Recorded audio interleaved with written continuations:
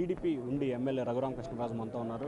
Sir చెప్పండి, కూటమి గెలవటాన్ని ఏ రకంగా ఎంజాయ్ చేస్తున్నారు? చాలా కసిగా ఉన్నారు గత 5 ఏళ్ళు అందరికంటే ఎక్కువగా మేము. ఏ రకంగా ఎంజాయ్మెంట్ అంటే ఇంతకంటే ఆనందం ఏముంటుంది? 4.5 సంవత్సరాలుగా కలలు కంటున్నా ఈ దుర్మార్గపు పాలన పోవాలి అని. ఆ కళ నిజమైంది. మీరు 4 సంవత్సరాల కళ నిజమైనప్పుడు ఆనందం మామూలుగా ఉండదు.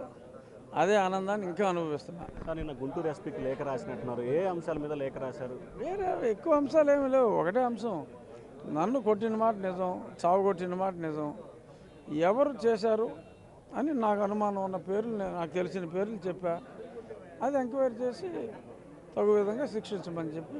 అంటే దీంట్లో మీరు జగన్మోహన్ రెడ్డి పేరు, సిఐడి సునీల్ పేరు, అలాగే వీళ్ళందరి పేర్లు పెట్టారు కదా, వాళ్ళందరి మీద కేసు కట్టే అవకాశం ఉంటుందంట.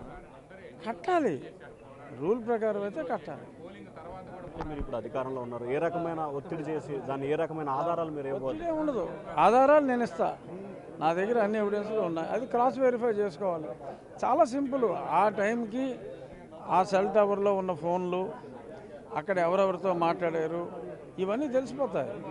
అది పెద్ద కష్టం కాదు. ఎంక్వైరీ చేస్తే హెడ్ కానిస్టేబుల్ చేసేయగలడు. అది సార్, మీరు స్పీకర్ కావాలని కలగన్నారు, కానీ ఆయనకు ప్రతిపక్ష హోదా కూడా ఇప్పుడు రాలేదు. దీన్ని ఎట్లా తీసుకోవాలి?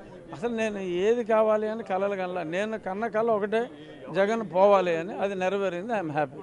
సో ఇది మొత్తం మీద తాను ఒకటే కోరుకున్నాను. గత 4.5 సంవత్సరాలుగా జగన్ ఓడిపోవాలని కోరుకున్నాను. ఆ కళ నెరవేరింది.